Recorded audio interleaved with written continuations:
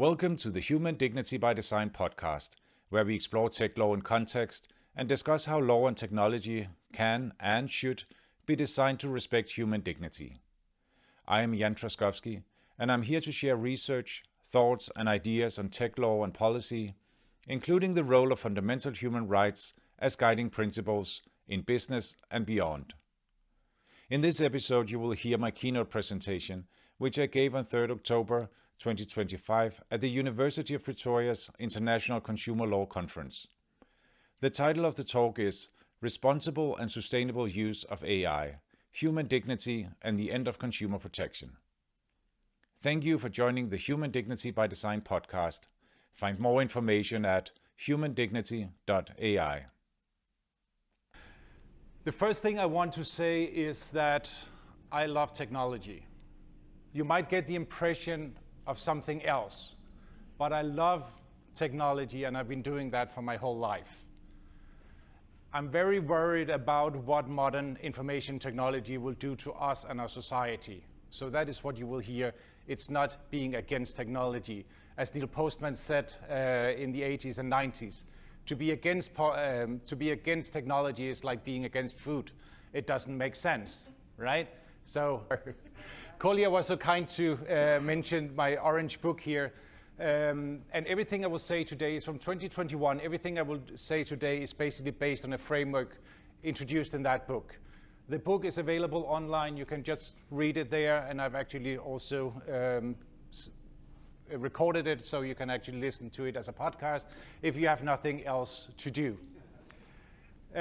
Also, I am in this lucky position that that the new Pope has just endorsed my research agenda on AI and human dignity.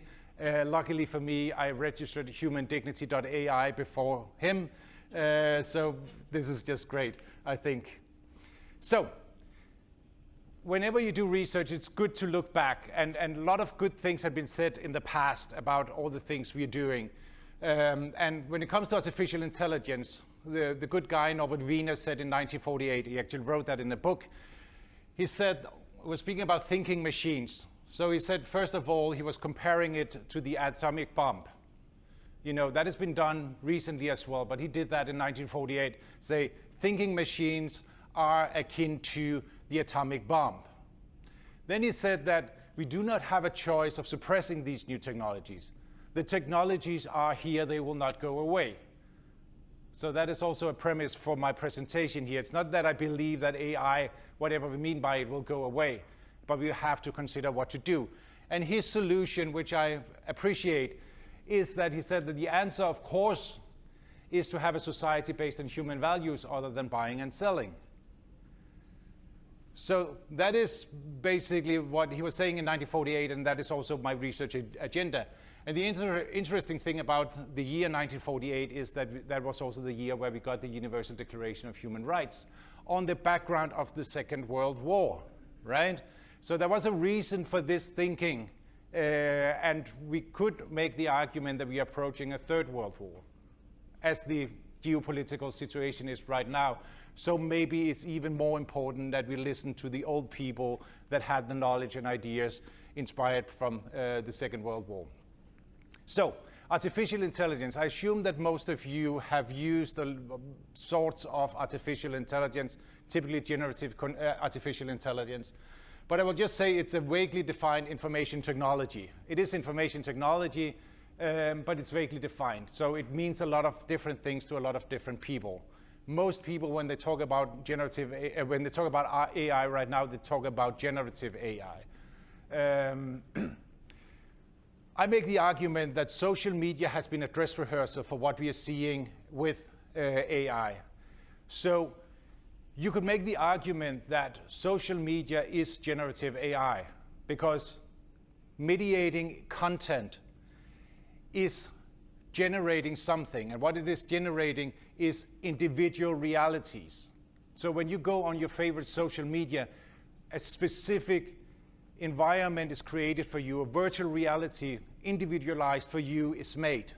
So where social media would affect our ability to be with each other, damaging especially young people's ability to understand other people, Generative AI is much worse because it's not going towards our ability to show empathy, but it's going towards our ability to think critically. So what are the consequences of having a society where we are not able to think critically? One thing I have also as a premise for my presentation here is that big tech is different from big oil, tobacco, pharma, and food in two important ways. First of all, if you're starting to mediate information technology, it is affecting democracy. So if you want to invade a country, the first thing you will go after is mass media. Because if you control the public discourse, then it's much easier to take on a country. So who has taken on our democratic debate? Who is mediating our democratic debate right now? I would make the argument that to a large extent, that is big tech. Another thing that is important, and also important for my conclusion, is that big tech is dependent on revenue from business users. Normally, when you buy food, when you buy medicine and so on, we are buying it as consumers. But those who are paying to big tech is typically businesses, because we get the products for free, in quotation mark, for free, right? So the ones paying big tech is businesses. And why are businesses paying big tech? That's because all the consumers are there. You know, the old saying of the consumer being the product. But that also means that businesses are vulnerable, and maybe the solution to all the challenges might be found if consumers start talking with businesses. So that will be my concluding comments I will come back to. So I have a business perspective, but it is also a consumer perspective, because I think the interest of consumers and businesses are quite aligned, or at least more aligned than we're used to see. Artificial intelligence can be used in businesses for research and development, and that has happened since just after the Second World War. So there's nothing new in using AI for research and development. What is new here is we're trying to use generative AI to optimize work in workplaces, and maybe try to get rid of some workers. And just remind you that the reason why we can be consumers is because we have money, and we do that because we have workers. So things work together. There's research showing that the promises of all the efficiency you can get from AI in business workplaces is not going to happen. It's just a hoax. Maybe it's not, but let's see what the future will bring. But right now, you don't have proof of any benefits or significant benefits from automating work with generative AI. And then you can put the generative AI into consumer products. So if you have a doll that your children can talk to while being recorded by big tech and so on, giving off a lot of personal data, that is also a possibility. But that is how I see you can use generative AI in a business context. And one thing we have to consider when we have to understand what AI is doing to us, we should understand that just like personal data, AI doesn't have any intrinsic value. So let's say I would have a complete data set about all of you.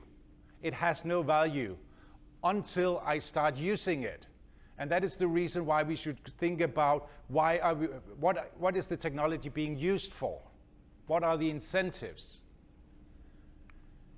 And that brings us back to data-driven business models that I wrote about in the Orange book, which is social media, where you have mediated content based on artificial intelligence. You can say that if you have a platform like a social media service, what you want to optimize for is the number of users to create the one place where everybody will go. You want to improve the amount of attention and engagement, because the more attention you have, the more advertising you can sell, the more engagement you have, the more reason there is for other people to join the network. And then, of course, you want to have as much personal data as possible, because the more personal data you have, the better you can target advertising, the better you can manipulate individuals. And what is new with generative AI is that we have a fourth factor of optimization, and that is user content, because generative AI is based on content. So if you can get a lot of pictures or posts or whatever from people, you can use that for training your generative AI. And just as an example, we have Snapchat's My AI, which you may have heard about.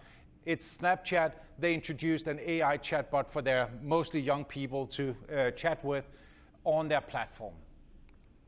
Why would they do that? Well, to get more content, to get more attention and engagement. And it's a telling sign that you have to pay to get rid of My AI. Normally, it's the other way around. If you have to get a new feature, you will have to pay for it. Here, you will have to pay to get rid of it. And that is definitely a telling sign. Character AI, another provider of chatbots, they are promising personalized AI for every moment of your life. That is the goal of big tech. They want to mediate everything we do, everything we say, and how we think. So one thing we should also take into account when we talk about consumer protection is the role of empowerment. So we need to be empowered as consumers. But that empowerment also applies to us as citizens when we are participating in a democracy. So empowerment, in my research, I've come to the conclusion that at least 3 things need to be there. First of all, we should have agency to be able to make somewhat rational decisions. We know from behavioral sciences that our decisions are bounded rational, so we're not completely rational, but we need to be able to make free and rational decisions to some extent. We need transparency. We need to understand what is going on around us, because it doesn't make sense to talk about being empowered if we don't know what is going on around us. So we need some sort of transparency. And then, of course, we need the absence of manipulation, because manipulation is the opposite of empowerment. That is interfering with our empowerment.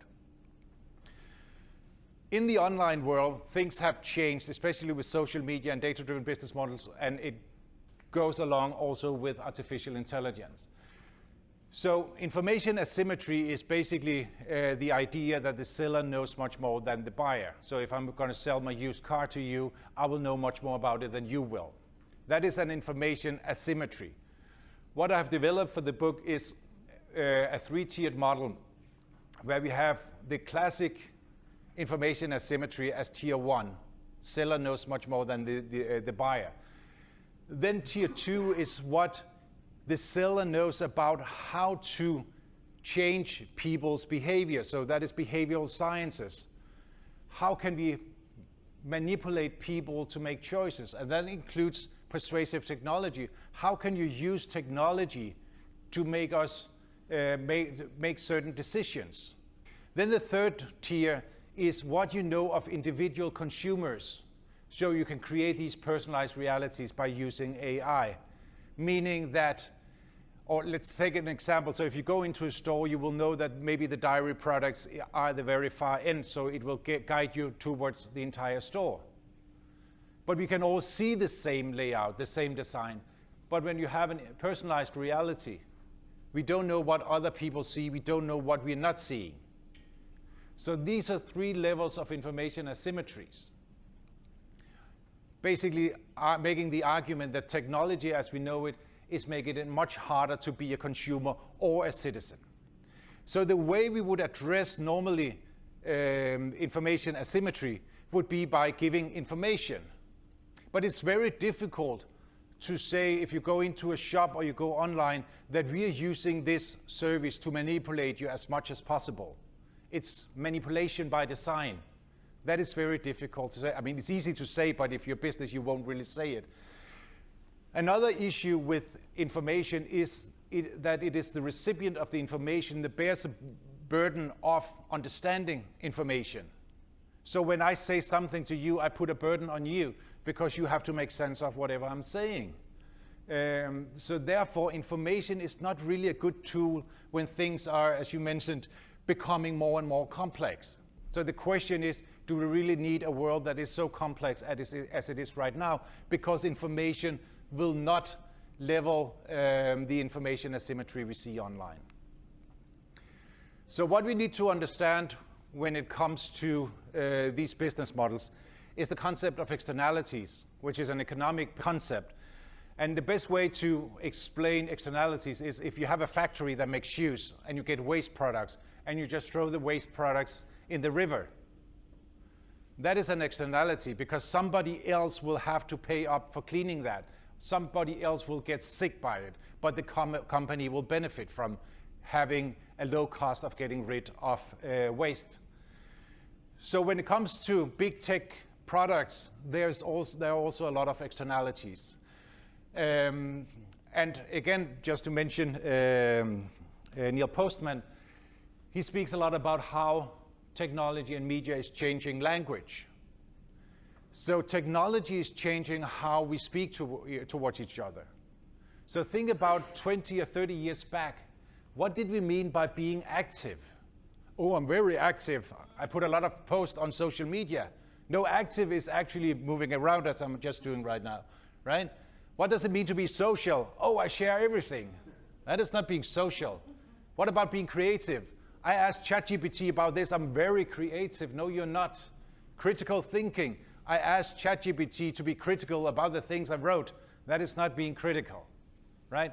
But just to make the point that technology and media is changing our language, and we should be aware about that.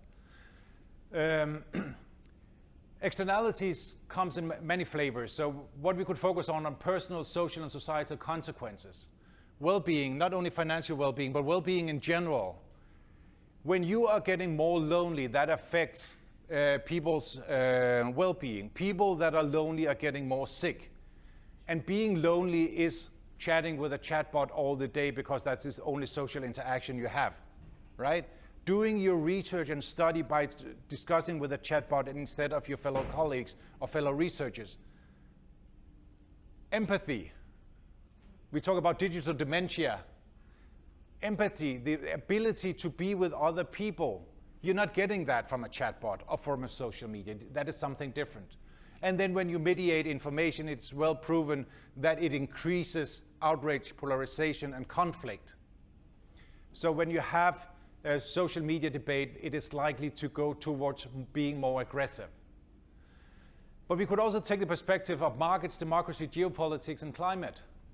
What happens when we are hijacking or hacking the human experience? Because that is what is going on. They want to mediate both our social skills and social activities and our thinking activities. What happens?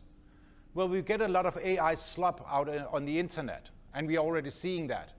So we will see a lot of synthetic content being put online that you can't trust or rely on, which is wasting your brain because you will have to consider what is this right or not. We will have brain rot, which is similar to digital dementia. We'll just get worse at thinking as individuals. And how does that affect the democratic debate when we have more outrage? And then we'd also need to mention that generative AI uses a lot of energy, or resources. So it uses energy, it uses water, it uses rare earth elements that might be better used for something else. The price we are paying, which is free, in quotation mark, for generative AI, it's not free. The AI companies are losing a lot of money and creating a lot of pollution. And somebody have to pay for that. But now it appears to be free. Free in the same sense as First Fix is free. We can use our fossil fuel, oil, for a lot of things. We use it for plastic, we use it for energy to make fertilizer. So whenever we are using oil for something else, that could be used for creating fertilizers, that can be used to grow crops, that can feed people. So we need to understand that there is an opportunity cost to using all this energy. So my research agenda at the moment is, what if we have human dignity, which was also mentioned yesterday? Human dignity by design, could that be a way to approach what is happening here? And I've identified 4 freedoms on a fundamental rights level that we could consider when we talk about human dignity by design. First of all, the freedom. Not only the right to be free, but also the ability to be free, to think critically. That is important. Education is also part of the fundamental rights. How do we assure that we have aligned goals and truthful information? So we have the freedom of expression, which we all reckon, but it also have the right of information, or the right to information. But is that a right to information, whatever AI slop we have, or is it a right to truthful information? I think that is a very interesting question on a fundamental rights perspective. Then, of course, privacy. When we are under surveillance, it affects our behavior. Just think about whenever a police car pulls up next to you. You say, oh, did I do something wrong? You know, I'm wearing my seatbelt or whatever. It affects you when you're under surveillance. Then intellectual property rights. These models are built on all the content that we have created. All us researchers that write articles and books, and these companies are just taking it away from us to build their models, to sell a product for free for us to be used by. And then, of course, there is non-discrimination and equality. Do we create new digital vulnerabilities with AI? What about unemployment? That is also a discrimination, a basis for discrimination. So this is just a model of thinking about human dignity by design in the area of generative AI. So being in the Kruger Park, of course, I was inspired to think about the food chain. So there are a lot of food chains out here, right? Very, very, very visual. But the consumer food chain, I was thinking about before coming here, isn't it weird that we call ourselves consumers when we are in fact the ones being consumed? And then I thought, you know, could we try to reframe all this in another way? And what I came up with was that we have devourers, so also known as big tech. So they will eat businesses, influencers, and consumers. They will eat us all. And this is the reason why I think maybe there would be an interesting perspective in thinking about how can you align the interests of businesses and consumers. Neil Postman also said we have to ask ourselves, which problem are we solving with generative AI? Has intelligence, the lack of intelligence, been a problem up until now? What is AI a solution to? I mean, we're all taking it on, oh, it's amazing, you write poems and so on. But what problem is it a solution to? And which problems are created by this technology? In a recent article I made, and I'd be happy to send you a copy if you just reach out to me, I likened the use of generative AI to outsourcing. Just in terms of how we have outsourced, for instance, production to China. And now I take a European perspective. So in Europe, three or four decades ago, we thought it was great to outsource production to China. So we could sit in Europe and be creative and be the designers and so on, and then we could have cheap production in China. But surprise, Chinese people can also innovate, and we see that with electric vehicles right now, for instance. And the problem in Europe is that we are completely dependent on the production from China. We can't make a computer in the European Union. We don't have the knowledge, we don't have the factories, and we have nothing. So we have actually made ourselves very vulnerable. So what happens when we outsource our brain activities to a generative AI chatbot? And that applies to both businesses and consumers, or researchers for that matter. So if we start outsourcing our ability to think critically and creatively to a computer, what will it do to us? Well, first of all, we will become dependent on the technology. But we will also lose a lot of information. So that is the problem with a business that outsources a lot of production, is that they don't have the know-how inside. So in business literature, their solution is to have a production line in-house, even though it's very expensive. So if you're a company producing something, you might outsource your production to China, but you will have one production line in-house. That is very expensive. But that gives you an ability to measure how much are you saving by having production in China. And if you want to take the production back, you have the know-how, so you will just copy the production line. So think about that both from a business perspective, but also from an individual perspective. What can you do to make sure that you have in-house a production line of thinking so your brain is actually working? So as I mentioned initially, we have a concentration of market power when it comes to information technology and mediation of information. And that is affecting both citizens, workers, consumers, and businesses. And as I also said earlier, consumers are also workers. So I think there's a much more in common between labor law and consumer protection law, but also the interest of businesses. That is at least the argument I make. So businesses, trade unions, and consumers should maybe go together and consider whether it's a good idea that workplaces buy generative AI for their workers, for instance. Is it a good idea to outsource human labor to a computer? Because what happens if they are successful in implementing AI, that means that they can fire people. These fired people will not be available 10 or 20 years from now, and they have lost their skills. And suddenly we become so dependent on these technologies. That is not in the interest of citizens, of workers, of consumers, or businesses. The only one that might have that interest, or not might, that has this interest, are the devourers, the big tech companies. They would have an interest in businesses, consumers, workers, citizens being dependent on their products, just as we have become dependent on social media. Their wettest dream is that we will be as dependent on artificial intelligence as we are on social media. And also, just to state the obvious, normal businesses actually have an interest in a well-working society, that you can have trucks driving into your facility, that you have access to justice in a society, and so on. But the question is, who benefits from unstable democratic institutions? And I will just encourage you all to look towards the US. Who are benefiting from the damage that is being done to democratic institutions in the US?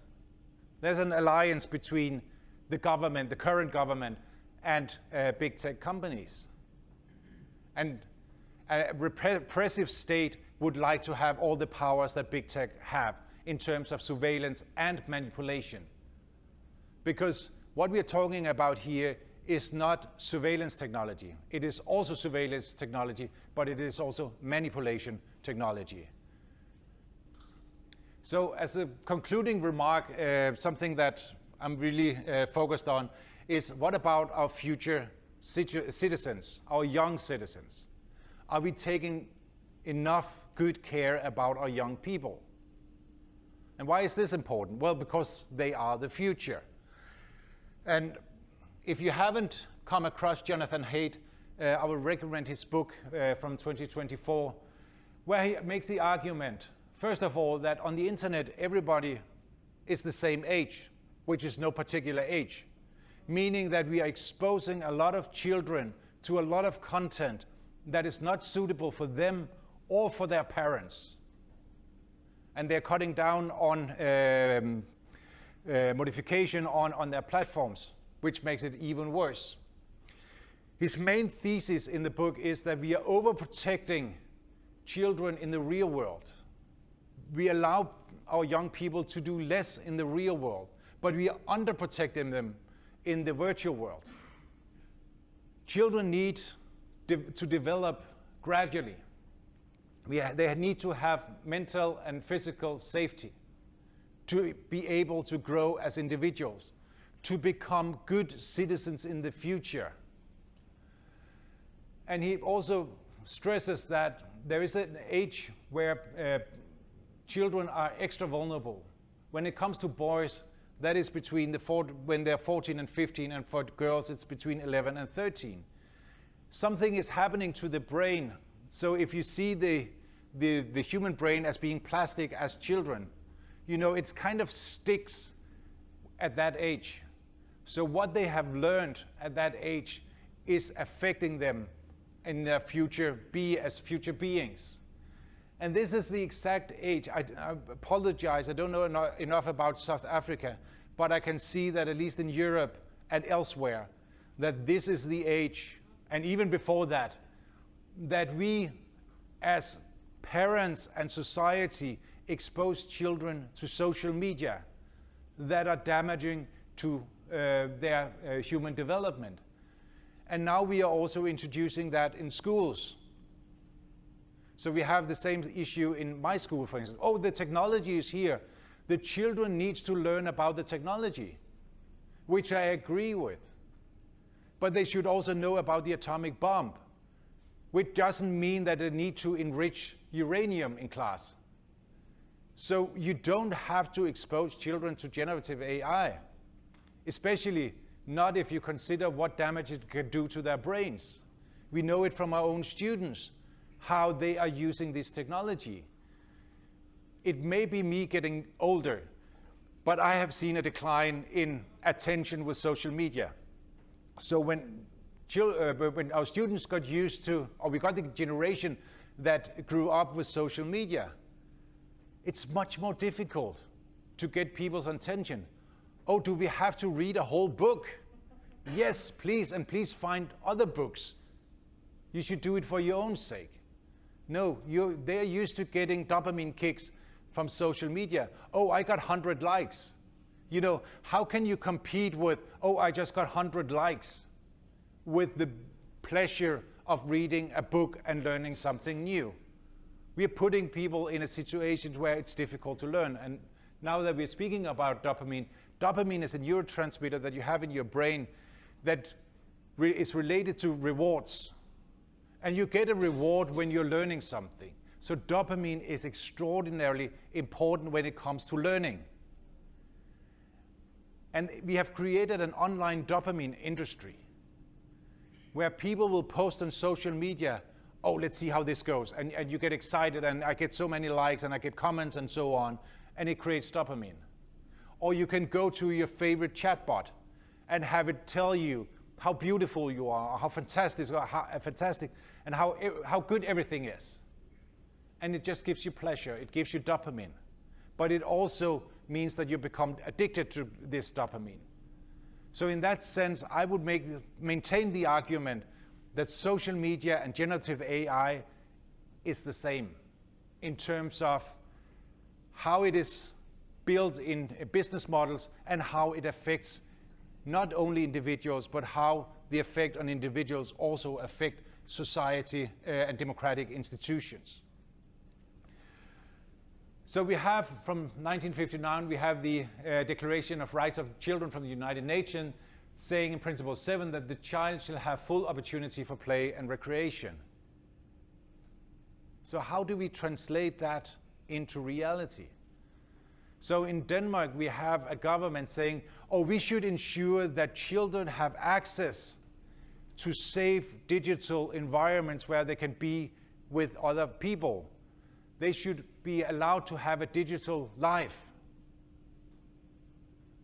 I would turn it around and say, why shouldn't children have the right to not have a digital life, or to choose not to have a digital life? But that is not how it works. Because if you have two people in one class that have access to social media, it is by design so that other people will look at it and say, oh, I want to have that dopamine you're getting there. And suddenly you have the children going to the parents and say, I want to have social media, I want to have a smartphone, I want to have whatever you want to have. And then it's very difficult for parents. And that is also the reason, even though I would make the argument that parents, of course, have a role to educate their children, but they are sitting in an unfair situation because there's a lot of pressure from these things. And that is why I think our educational institutions are extraordinarily important for prohibiting screens in school, for limiting access to generative AI. And here we're talking about elementary school. And again, as Neil Postman said, it's not because I believe that these technology will go away, but we need to understand what they're doing to us, and we need to have conversations about that. And is that a consumer protection issue? Yes, of course it's a consumer protection issue, because most of us only have one brain. And if you waste your brain on being, on social media, you have less cognitive bandwidth to use for being an informed consumer. So my closing remark will go along the fact that you will have to understand how technology is affecting the society around you. Also recognizing that human development requires friction. And everything we are doing with modern technologies is removing friction, making everything so easy that we can't help not doing it. So we have free products, again free in quotation marks, that are very easily accessible, that will give us dopamine, that will help us write assignments without any effort. And I should emphasize that the brain by nature is extraordinarily lazy. We have a preference for cognitive ease. So whenever we get something that is easy, we are likely to go with it. And then we get addicted to it. So I think the likening of social media, generative AI, and cocaine, and a lot of other things like shopping is affecting our behavior. So as I said, human development requires friction, so we should help our children get more friction into life so they will learn to read, to write, to discuss, to understand the world around them. Because if they don't, they may fall prey to some people that don't want the best for society and for those individuals. I make the argument that human dignity can be used as guiding principles.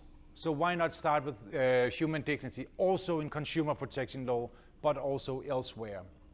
And the last thing I will say is, please don't outsource humanity. We have outsourced a lot of things, but if we start outsourcing humanity for society, including businesses, citizens, workers, and consumers to be dependent on these technology, we have managed to outsource humanity voluntarily because of the lack of competences in our human brain. Thank you so much.